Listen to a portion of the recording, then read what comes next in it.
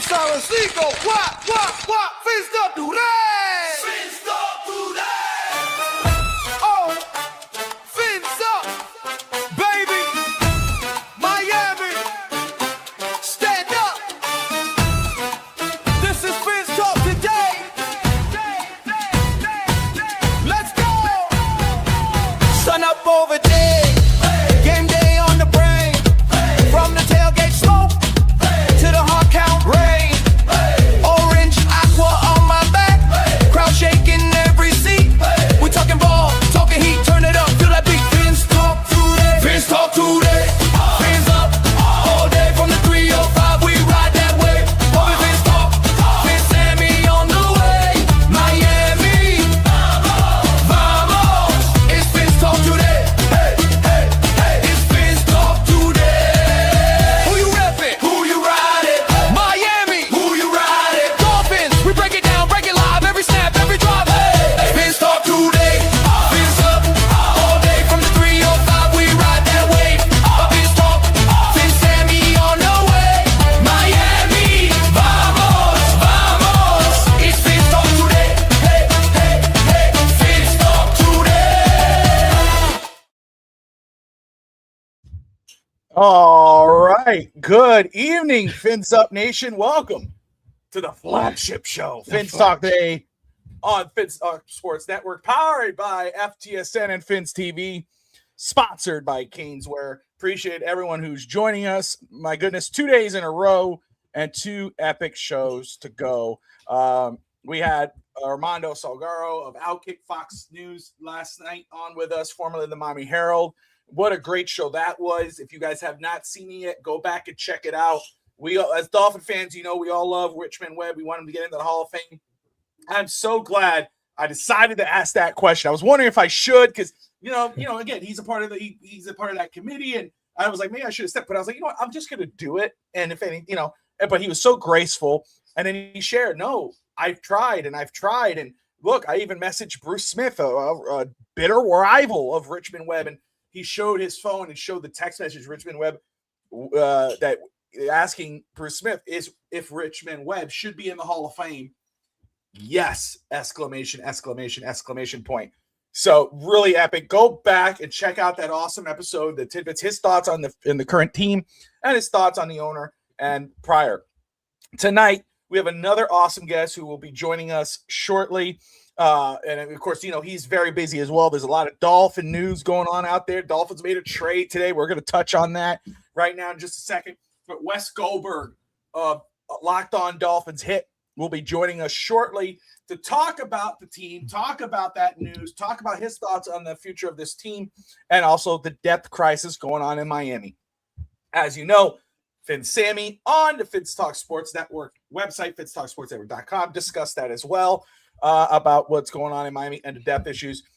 Even though it's been a day, I'm going to ask my man how he's doing. Sammy, before we get this show officially on the roll here, how are you doing, my man? We're back and better than ever, baby. The only place to be on a Thursday night at Things Start today.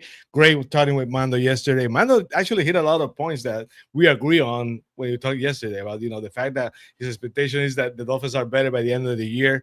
And draft and develop. We talked so many times about draft and develop. So it was great for Mando to basically, be on the same page with us on the fact that, expectations have to be reasonable, but, we expect those young players to perform by the end of the year. So I think it was a great interview, and that you were right on point with that Bruce Smith.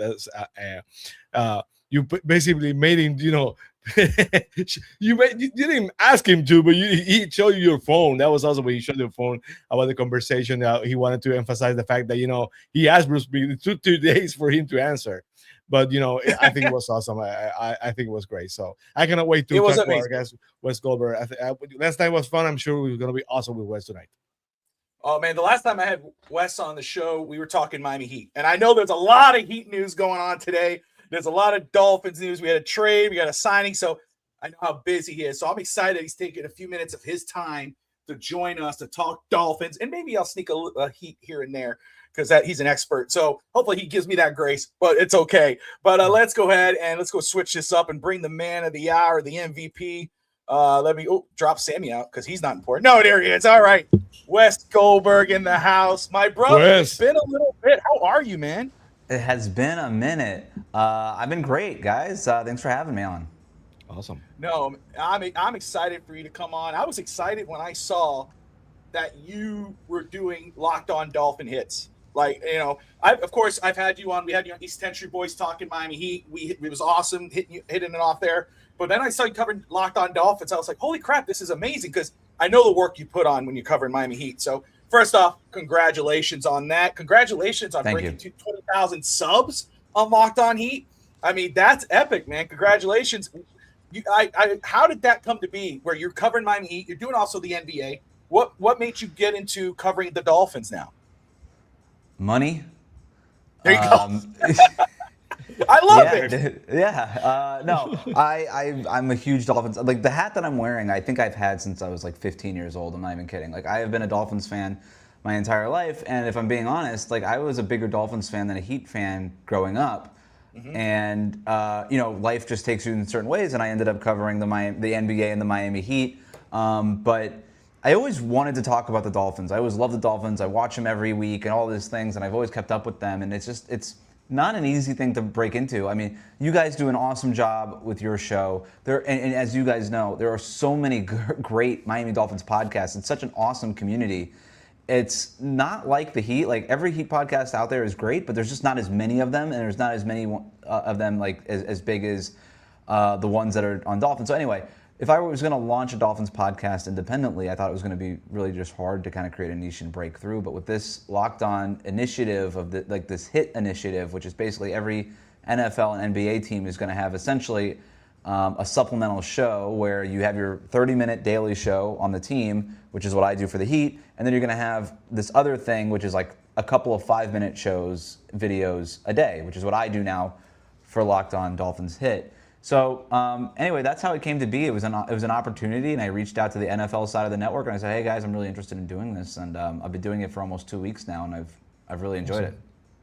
Yeah, I love what you've been putting out there. We're going to talk about that. You just talked about growing up a Dolphins fan, and that's how I was too. I grew up obviously in Hialeah, and I was a Miami sports fan all along. I don't care what part of the world I live in, I'm going to be a Dolphin or a Miami sports fan, but grew up more a Dolphins fan than Heat and everything else, even though I love them all. But, you know, talk about how your fandom started, just that alone. Like, okay, you've been a Dolphins fan forever. I love that logo. That's my favorite logo. I know everybody talks about the throwback, the cartoon Dolphin. That's my favorite logo. That's my favorite uniform. That's the one I want back. Yeah, this is our. How old are you? 38. I'm 35. So we're the same age, or about the same age. This is, dude, 1972 missed me with that, dude. I don't care about the undefeated season. I wasn't alive for that. That doesn't mean anything. You know what I care about? Ricky Williams. That's what I care about. I got like 1,800 rushing yards. I care. Yes, those are the guys those are my heroes. This is their logo. This is my logo. I really want that custom jersey. I want that one. I can respect everything else, but really I want that 2000s jersey and everything else. So I love that. Who was your favorite player? Was it Ricky? Yeah, I cried, dude. I cried the day I opened up the Sun Sentinel. I was up in Broward County growing up. I opened up the South Florida Sun Sentinel, and I saw the headline. That was back when you had to read newspapers to get news. And I was just like, what, Dad? Is this real? And he's like, yeah, it's in the newspaper. It's real. You know, also a little dated reference. But, yeah, dude, I cried. Ricky Williams, Zach Thomas, you mentioned, Jason Taylor. I loved Chris Chambers. Yes. Oron State Gadsden, that whole dude. Shout out to Gads, his kids, like, dude. Yeah. But and then that whole secondary, right? Patrick Surtain, Madison, Marion, all those guys, dude. Like, those were great teams. Unfortunately, they never won a playoff game, but those were great teams. That's what I say. Well, I remember the one, which was Jay Fiedler. It was Wannstedt and Fiedler and Ricky and whatever. Well, I think that was before Ricky, maybe a year before Ricky. But either way, I know we never won a Super Bowl, but I know that team from the back of my hand. I just love those guys. So I'm excited to hear that.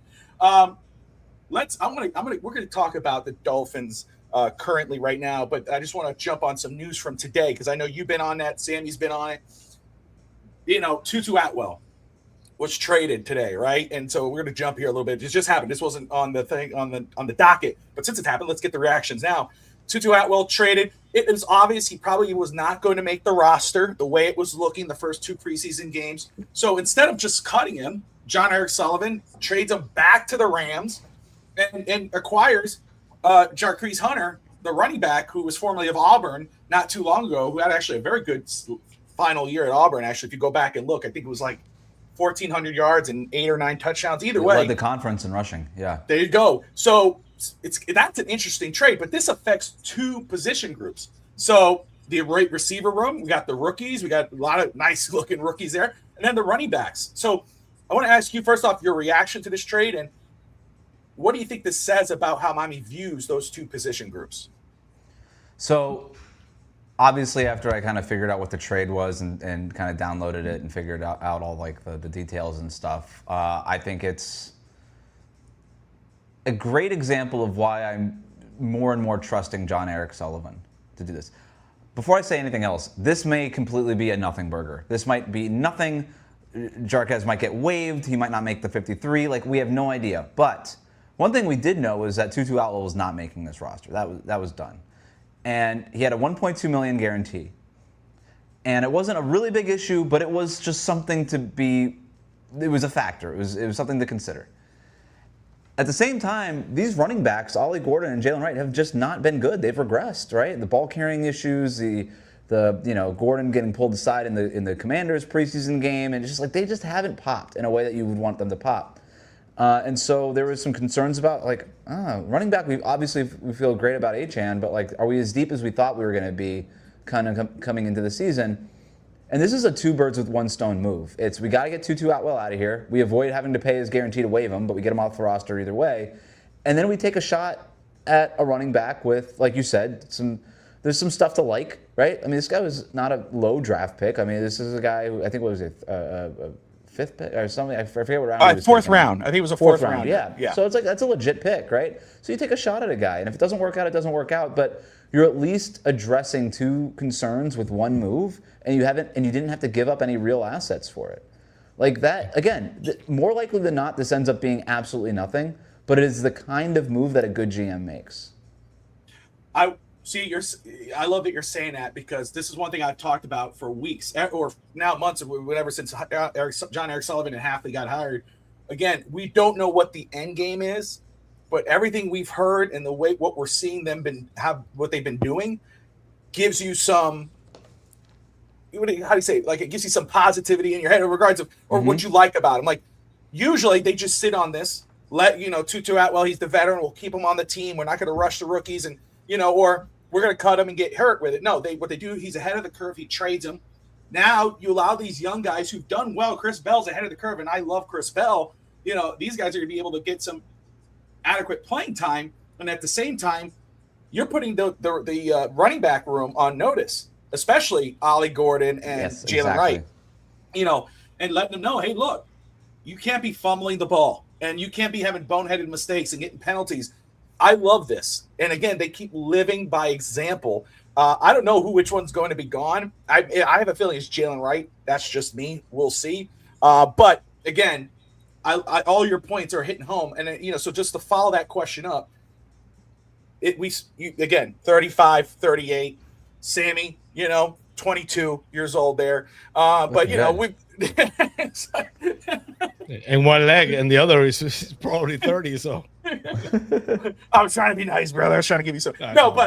Listen, but all of us, it doesn't matter how old you are, we've seen so many regime changes, so many different head coaches. I mean, I remember Shula towards the end, right? That's what I remember of Shula. The coach I remember in childhood is Jamie Johnson and Dave Wannstedt. That's like, those are my years as a kid. But let's 11 head coaches, 7 GMs. We've heard the press conferences. We know what's BS and what's not. We've kind of been through it all, Wes. But you listening to John Eric Sullivan and Coach Hafley, kind of we're only seeing little bits right now. We haven't seen the end game. But with what you've seen and what you've heard as a Dolphins fan and now covering Miami on Locked On and Dolphins Hit, what are your early thoughts on John Eric Sullivan and Coach Hafley? Yeah, maybe I'm an optimist here, but I'll put it this way. You mentioned sort of the previous regimes, previous head coaches, and all these things. I always felt like I had to talk myself into their decisions or whatever it was. And more, I find John Eric Sullivan talking me into it, right? Like this trade today, right? I was like, that's kind of, okay, like, is this just dumping Tutu Atwell? I'm like, no, this is actually a pretty decent move. That's just another example of him talking me into him being a good GM. I don't have to talk myself into these moves. These are just good moves. This is good business. This is what managing a slow rebuild looks like, and this is what you want to see on the fringes. It's not, hey, we got a shot at star player, let's go get him, which is just what every other regime did. Is spend money, make promises, and then not back them up. And the other thing I like about this too with Hafley and Sullivan is they keep talking about accountability. It's easy to talk about accountability. It's actually really hard to hold what right now is a 90-man roster accountable, what will ultimately be a 53-man roster accountable. But we saw Hafley in the very first game pull Ollie Gordon aside, take him out of the game. That's accountability. Tutu Atwell, you're not good enough. Traded. That's accountability. That's letting the other receivers in that room know, hey, you better have a good week. Because if you don't, you might also get traded. And that's the kind of thing. And Hafley the other day in the press conference, okay, a couple days ago, being asked like, hey, do you foresee like a big roster churn? Are you going to be active on the waiver wire? And him basically just saying a bunch of words that boil down to, yeah, if you're not good enough, you're out of here, you know? And, you know, it's tough love, but I think it's necessary. And again, every time, I've never had to talk myself into what they're saying. Everything that they've done maybe the only thing I had to talk myself into really was Proctor over Bain and the Jalen Waddle trade. But then you see the vision at the end and you're like, oh, right. No, that totally made sense because everything that they've done is aligned with it, right? They don't want Waddle here, not because Waddle isn't good, but just he doesn't align with the identity of what they wanted. They want their receivers to block. That's not Waddle's game. That's not what he's going to do. You go get a bunch of 6'1", 6'2" wide receivers. That's what they need. You take Proctor over Bain. Why? Because you need to rebuild this offensive line first and foremost. That's what you do. And then you're going to say, okay, and then we're going to get, why am I blanking out? Chop Robinson. We're going to bulk him back up, and we're going to make him our north-south pass rusher again. Like, okay, problem solved there too. So I continue to find myself impressed with what they're doing. I might just be an optimist. Nobody knows if this is going to work out. But so far, like if we just, judge them based on what has happened so far, I've really, really liked what I've seen and heard. Again, I won't think of you as an optimist because I've been accused of being a homer recently, and usually I wasn't. I'm always the real, quote unquote, realistic one because I always kind of, hey guys, let's go ahead and let's cause the pause here. There's these issues here, but again, for me, the hoping has nothing to do with this season. I don't think it's fair for anybody really to have realistic expectations for this team this year.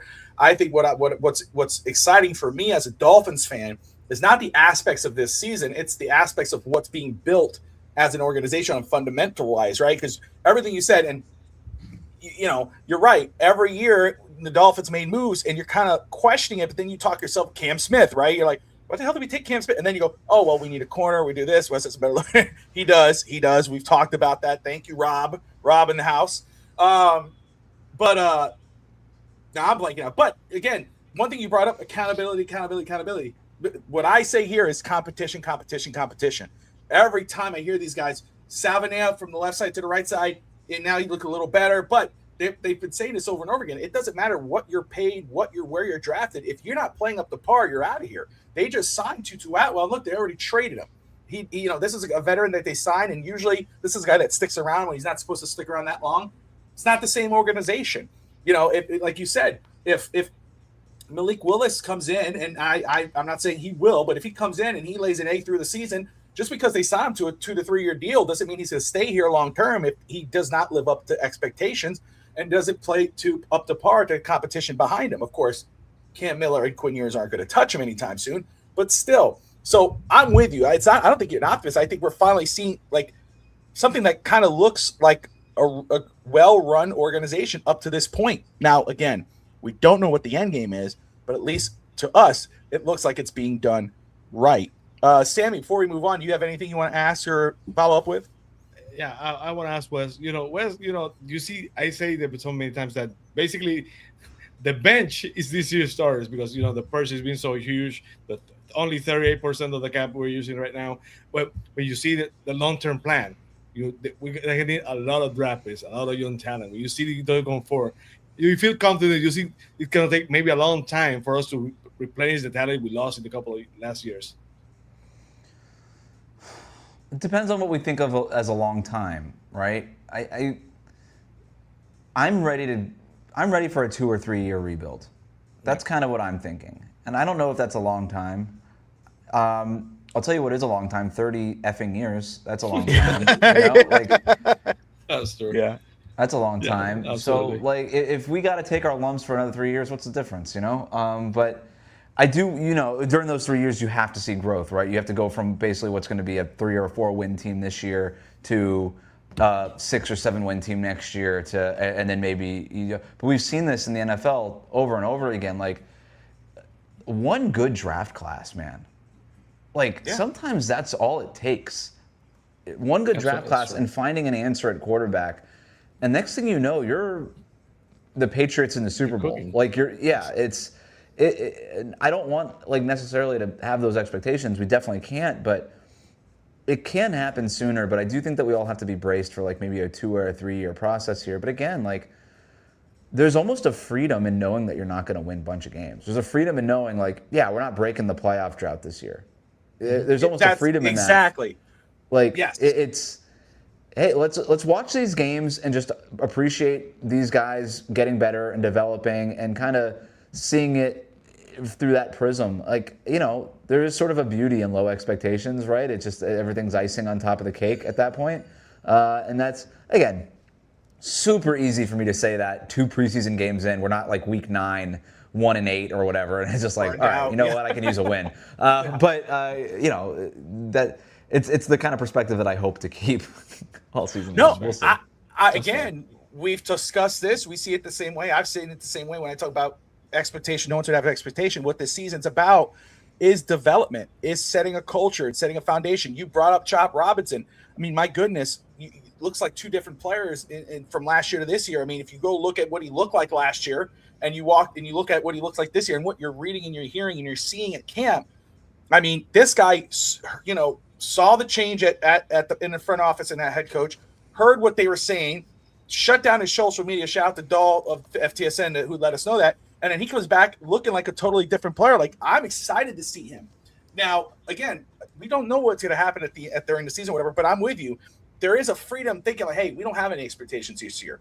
Would it be great? Will we cheer when they win? Absolutely. But what the season is about is growth and progression. If Malik Willis has a bad game in week 1, week 2, week 3, whatever, and then okay, how does he respond in week 4? How does this player respond? How does the coach? If the coach makes a boneheaded call at the end of the game, messes up, forgets to do a timeout or whatever, what does he do in the next game? How does he update that? Because we didn't see that the last few years. We haven't seen that in 30 years, and how, are you afraid to make a move? If something's not working, are you going to pull that guy out? Are you going to hold everybody hostage and leave that guy in? That's what this season's about.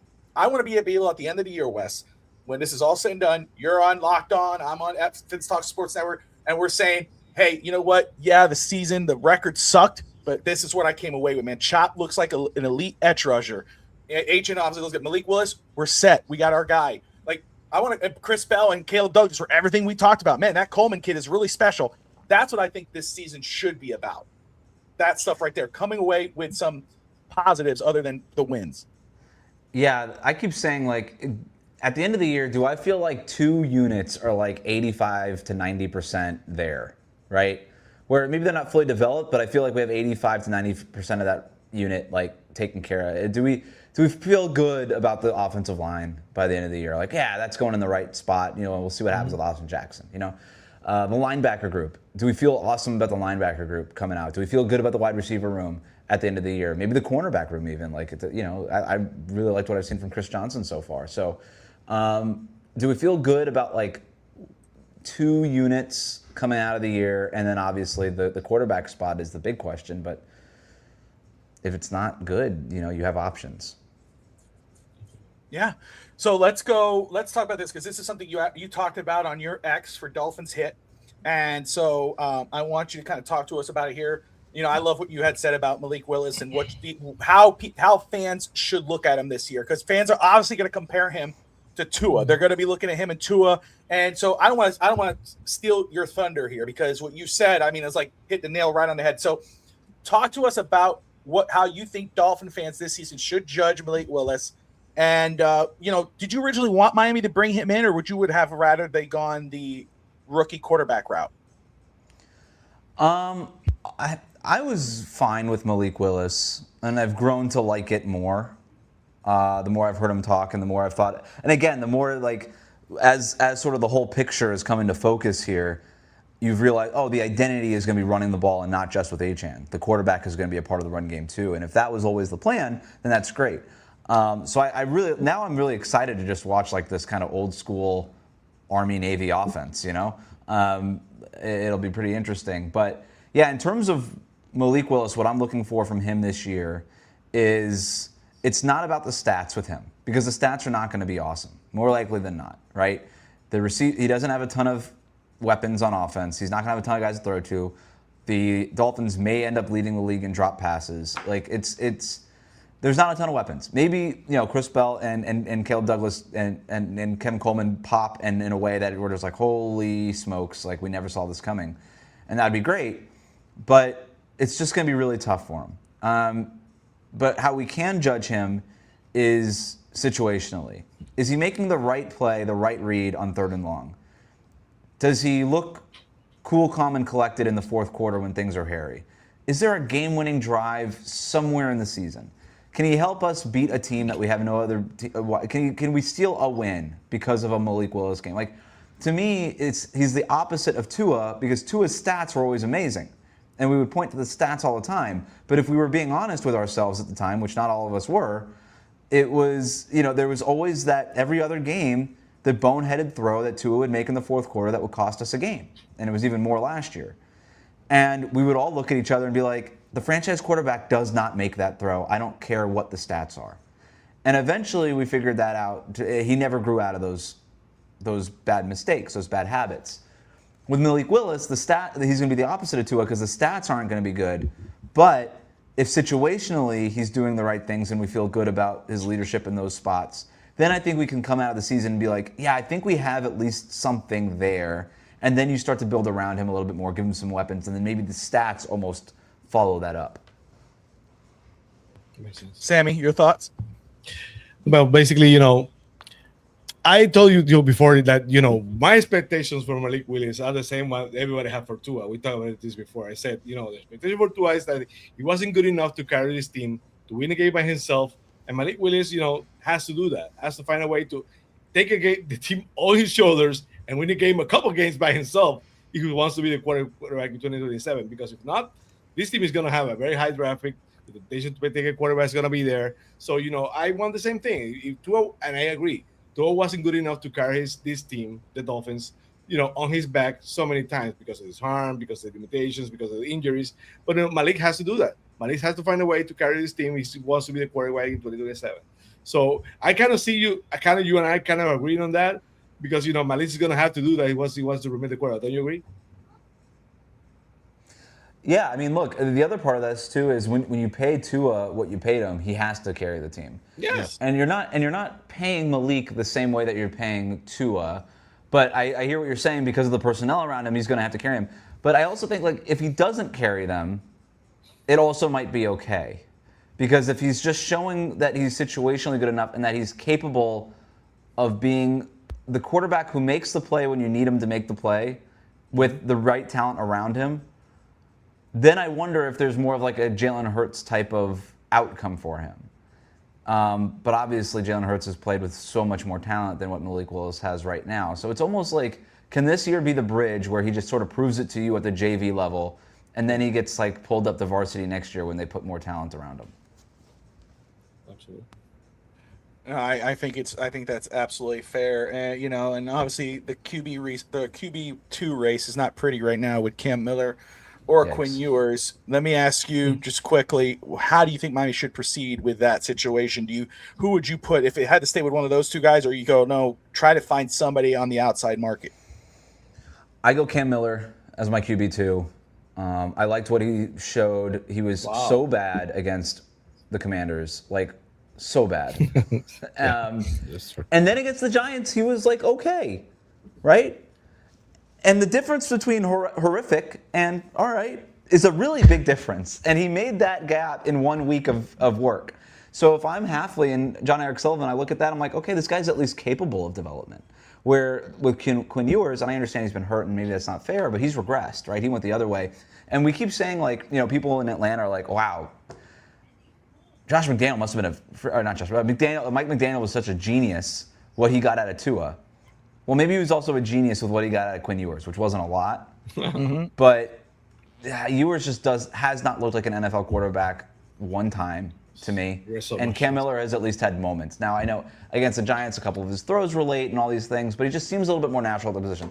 Look, none of these options are good. Neither of these guys are NFL quarterbacks right now, but I know that Quinn Ewers isn't one, and I think Cam Miller can at least develop into one maybe by the end of the year as like a respectable like third string quarterback. But at the end of the day, like if you actually want a real backup quarterback who could step in for Malik Willis if he goes down, that guy's not on the roster right now. But I also would pose the question, do you want that guy on the roster? Or are you at the point of, well, if Malik Willis is hurt, we might as well march for Arch at that point, right? And then you just kind of take it from there. Like that, March for Arch. That came off really smooth. That you threw that in there. I think that's pretty good. Copyrighted. Put it on Wessex. Copyright. Copyright, right? Yeah, really good. No, I think, just very quick, it's going to say a lot about this team, at least their mentality going, at least the front office and the coaching staff. If they go into this season with Quinn Ewers and Cam Miller as their second and third stringer or their backup core, that's going to tell you what they think about the team in regards of, hey, if God forbid Malik goes down, we're just going to live with it, and we're going to go for that type. Now, if they really say we want to win or we want to put, then if they go out and they go get that veteran or they go get another guy, then it says, hey, no, they're not playing to lose, which I don't think they are. I don't think they're looking to tank at all. I think they're playing to win. But that's going to say a lot. Let's stay in the quarterback room very quick. Let's talk about last year. We just brought up Atlanta, right? I'm sure you saw this like me yesterday, the whole little debate, right, about Tua Tagovailoa. He's going to play the Dolphins tomorrow. And, well-intentioned thing was put out there by a Palm Beach reporter about maybe the Dolphin fans shouldn't boo Tua. I just had to ask you your opinion. Should Dolphin fans not boo Tua? Do not boo Tua. Don't boo him. Do not boo him. I feel very strongly about this. I'm going to tell you why. Go for it. First of all, Tua as a person, I know it was problematic on the way out. He said some weird things. We're dealing with his dead cap. The dead cap thing isn't really Tua's fault, okay? He laid his body on the line for this team. Multiple concussions and all these things. It feels icky to me to boo that guy. I'm just saying. It feels icky to me. But here's the real reason why Dolphins fans should not boo Tua. It is very, very, very, very, very bad football karma to boo that guy. Why are we going to boo this guy? Why are we going to tempt the football gods with punishing us? Don't do it. Don't do it. Be the good fans. We got to be working on our karma. We got to be saying our prayers before dinner. We got to be doing all of this stuff for the football gods to grace us with something good. Don't risk it. Like, that is just, it's bad karma. Don't boo him. You don't have to cheer and clap for him. Like, I'm not telling you that. Don't do that. That's also like a little too much like, act like you've been there. But just let him play the game. It's gonna, I'm guarantee you, it's the last time Dolphins fans will ever see Tua, because based on some of what it sounds like out of Atlanta, he's not going to be the starter, and he might not be in the league for very much longer. So this might be the last time you get a chance. Don't send him out with boos. This might be the last time he ever is a QB1 for the rest of his life. So don't send him out with boos. You don't have to cheer for him. You don't have to stand up. You don't have to do anything. Go get your burger. Go get your beer at that time if you're at the stadium. Just don't even worry about it. But like, definitely do not tempt the football gods with punishing us. We've had enough of that over the last 3 decades.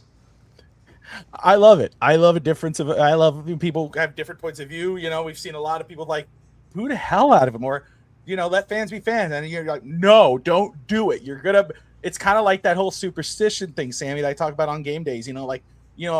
The wife will show me no love throughout the whole day and week, but when it's Dolphins game day, all of a sudden she wants to kiss. I'm like, hey, no, we're winning. Just, that's not real. And so one time she did it. Wes, I was like, you know what? Go ahead, just go. And she gave me a kiss. I was like, interception, and it was like, son of a, you see? And I'm like, so I'm with you. Do not boo Tua. We don't want that bad mojo on us, okay? Right. You know, we need the march for Arch or whoever you're. We got a lot of guys going there, but all right. First off, everyone appreciate everybody who's watching wherever you're watching from, whether you're watching on the Fins Talk Sports Network YouTube, Fins TV, X, Twitch, or of course FinsTalkSportsNetwork.com. We are joined by the awesome Wes Goldberg of Locked On Heat, Locked On Dolphins Hit. So appreciate him taking the time out of his busy schedule. He has a lot of work to do as well. So he's gonna be able to just a couple more questions. One Dolphins, one Heat. And so I want to ask you because we haven't talked for a little bit. So, but in regard to the Dolphins, this year we really don't have to worry about, oh, this coach is on the hot seat or the GM, and we're not thinking about that this year, which is refreshing, right?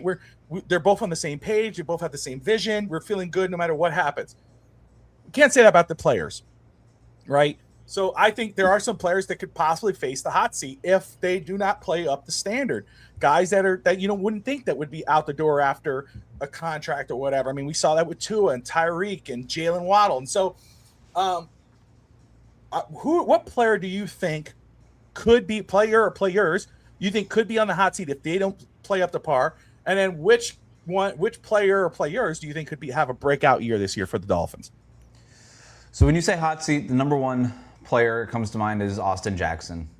I think he feels like the weak link on the offensive line right now after training camp, which is pretty surprising because I think most of people would have said that coming into training camp, it would have been Jonah Savaiinaea.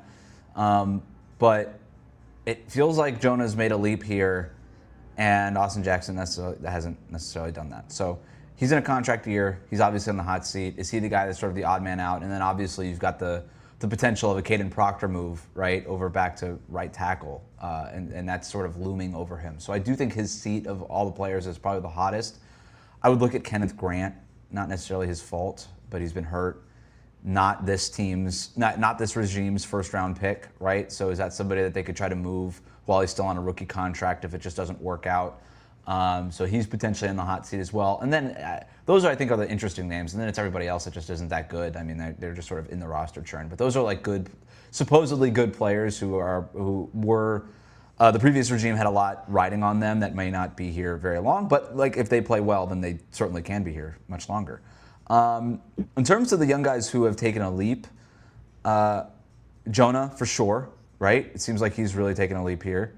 I think the other one it looks like Chop Robinson, right? But I consider that less of a leap and just more of like getting back on track, right? Like after that first year, he seemed so like his rushing stats and all these stuff, it was so good. And then he takes that step back in the second year for all the reasons that we're aware of. And then it seems like he's back on track. But those are the two guys that I would think of that have clearly taken a leap already. I don't know that I can point to anybody else that's made that clear leap yet, but I'm hopeful for some other guys.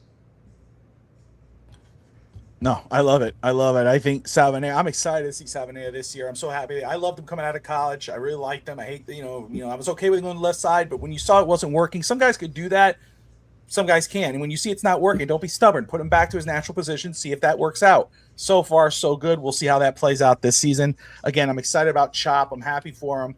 I know Duke says, he has to have over 10 sacks or they'll consider him a bust. I just want to see him make plays. Does he open up the other end for them and do that? So I love those answers. Now, finally, my man, first off, again, Wes, thank you so much for taking the time to be here with us. I know how busy you are now doing extra stuff. But Miami Heat, okay? And forgive me, Dolphin fans, for just a moment. We'll get back to Dolphins, but Wes is about to head out. I just have to ask him, though, because it's been a busy offseason. I don't know how many years we've been saying seasons like, oh, wait till this free agency. Well, we're going to wait till the 27 free agency. We're going to get Giannis then. Finally got Giannis onto the Kubo. Brought in Bobby Portis, which I'm of course, we're all happy about the Greek Freak, but I'm excited for Bobby Portis. That guy screams Miami Heat. Then they bring in Klay Thompson. It's not the same Klay Thompson, Draymond. We know. But still, space out, space the floor, shoot from three. And then today, Nick Richards. My man, I just have to ask you, just quick summary. How are you feeling right now about this Miami Heat team and going into this season about what they could possibly do? So I was standing on the court before a preseason game in 2022. I remember I was talking with Jeremy Taché, and I told him, I've been around championship teams before. This team feels like it. This team I wasn't predicting a championship, but I was predicting this team. There's an air around this team. There's a vibe with this team that feels special. And that was the 2022 team that lost in Game 7 in the Eastern Conference Finals to the Celtics. We remember the Jimmy Butler shot that didn't go in over Al Horford. Yep. To me, that was the team that didn't make the finals. I still think that was the best Heat team of the Jimmy Butler era, easily. And I think they beat the Warriors if they make the finals that year. But I'm starting to have a similar feeling with this team. And I got to be there for training camp, and I got to stand there on the court before I say it for sure. But the vibes around this team could not be better. I don't think that Eric Spoelstra has ever been happier. Literally. I don't think he's ever been happier.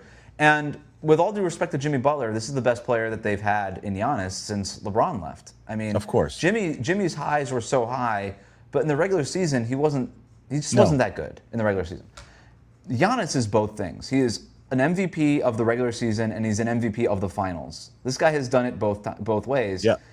And he's just a different cat, man. And I think Heat fans are going to be really excited to watch him, especially in transition and what he can do defensively as a two-way player, as an every-night player, as a guy who is going to score between 28 and 30 points on average in the regular season. We literally have not had that since LeBron James. So I think, look, whatever you want to say about the rest of the roster, they have the best player in the Eastern Conference, and they have the best coach in the Eastern Conference.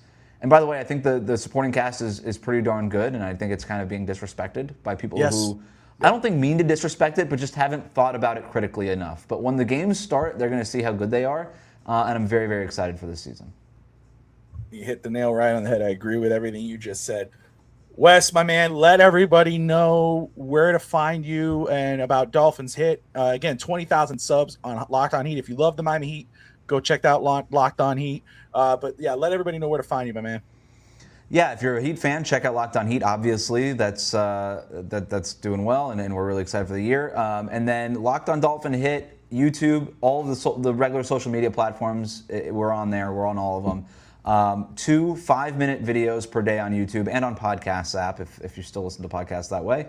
And then 4 short form clips every single day. It's just it's quick hitting takes right to the vein on the Miami Dolphins. It's a little bit different than a full Dolphins podcast, right? It's just subscribe on YouTube, set us up on your social media feeds just for a little bit more Dolphins content from me every single day. That's all you got to do. It's can't miss. I mean, again, a lot of the stuff that you put out there, it hits the nail right on the head. First off, shout out to everybody who's watching live, wherever you're watching live from. We got over 745 people watching live from wherever all platforms. So appreciate you all tuning in. Make sure you go subscribe to Wes on X. Go subscribe to Dolphins Hit. Wes, my man, thank you so much, brother. Have a great night. Appreciate your time. We'll do it again soon, guys. Thanks for having me. Yes, sir. Thank you, brother. Bye.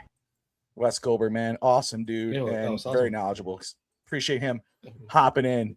Man, what a program. What a great hit. I mean, a lot of the stuff is like, it's refreshing because a lot of the stuff he says in regards of this team, expectations for this team this year, the players, everything, it hits the nail right on the head. And I think Armando kind of said the same thing yesterday about this upcoming season in regards of expectations, about progression. It's about development. It's about, again, competition and certain things. So I'm glad to know, Sammy, that most that Dolphin fans, most that cover Dolphins have the similar mindset. There's only a few people out there that I've seen that don't have it. They're like, no, if they have the first pick, you should be disappointed in this team. Like, Well, no, I'll be disappointed. It's the same dog that they do it every single year. They're not gonna change. If every single year saying the same thing, Armageddon on Doomsday, don't expect anyone to change all of a sudden. But the ones who basically have common sense, yeah, I agree with you 100%. Let me just say too, we'll fall back on this too. Again, shout out to Wes Goldberg, awesome guy. Glad that he was able to join us. 2 awesome guests and 2 awesome nights. Fins Talk today on FTSN Fins Talk Sports Network, live on Fins Talk Sports Network, YouTube, Fins TV, X, Twitch, and of course, FinsTalkSportsNetwork.com. If this is your first time watching, wherever you're watching from, thank you. If you're watching anywhere other than YouTube, hop on over, to Fins Talk Sports Network. Hit that like and subscribe button. Go subscribe to Fins TV for amazing Fins TV content, Fins Talk Sports Network content. And go sign up. Go to finstalksportsnetwork.com right now and subscribe and sign up to the community page. You'll see great articles. You'll see great stuff, especially community page is awesome. Will, go do that, my man. Will and I are going to chat pretty soon. I'm excited about Kane's coverage and the work he's doing there. Go subscribe to 305 Sports now because, we're talking about not having expectations for the Dolphins, but we know there's expectations for the Miami Hurricanes. We know there's expectations for the Miami Heat. We know there's expectations about the Florida Panthers. Like, this is a great year to be a South Florida sports fan. So make sure you are subscribed and signed up on YouTube, on Fins Talk Sports Network, on this website. Also, 305 Sports Now, the Rainy Day Podcast, Fins TV. Do not miss out subscribing to those channels to get some great coverage. And obviously, subscribe to Wes Goldberg's Locked On Dolphins, Locked On Heat. The trade Miami made today, again, for me, Sammy, said a lot about their faith in their receiving core and the young guys, and Caleb Douglas and Chris Bell and Kevin Coleman, and told me a lot about the faith they don't have in their running back room behind Achin. I mean, you go back to, again, I still have faith in Ollie Gordon. I'm not saying move off him at any point right now. Jalen Wright, I think he's been having fumbling issues. This is not a surprise. This has been a common theme. And again, you could look really good in practice. You could look good in practice when it doesn't count. But when the lights are on and you're coughing up the ball, it's going to matter. And let me tell you, the guy that the Dolphins got today, I think Wes hit the nail on the head. It could absolutely mean nothing. He might not make the opening day. He could be signed, played tomorrow, get cut the next day and whatever. But to me, I think right now, Ollie Gordon and Jalen Wright, especially, Carlos Washington, those guys, I'm sure, but those two guys especially are probably going, uh-oh, what does this mean? Because if Jarquise Hunter comes in tomorrow and he looks like the kid out of Auburn that got in his last year, I mean, he may make the opening day roster, and one of these guys could be out the door. I think, again, that would probably be Jalen Wright. But like John Fritzella said something on Twitter. He says, I absolutely love the Miami Dolphins trade for the explosive young running back Jarquise Hunter. It seems like John Eric Sullivan and Halfley just get it as a rebuilding team. Just add pure talent. Keep adding real legitimate talent. Doesn't matter which positions. Great get for Miami because Tutu doesn't really add any value. Hunter, again, I'm going to watch the Auburn film from his last year. I'm going to see what he kind of did last year. I could pull that up on the All-22. I'm going to do that because I'm excited just to kind of get a glimpse of this type of guy. I got to find out which games he played because he didn't play a lot. He played a lot of special teams for the Rams, and that kind of tells you. But, again, the talent is there.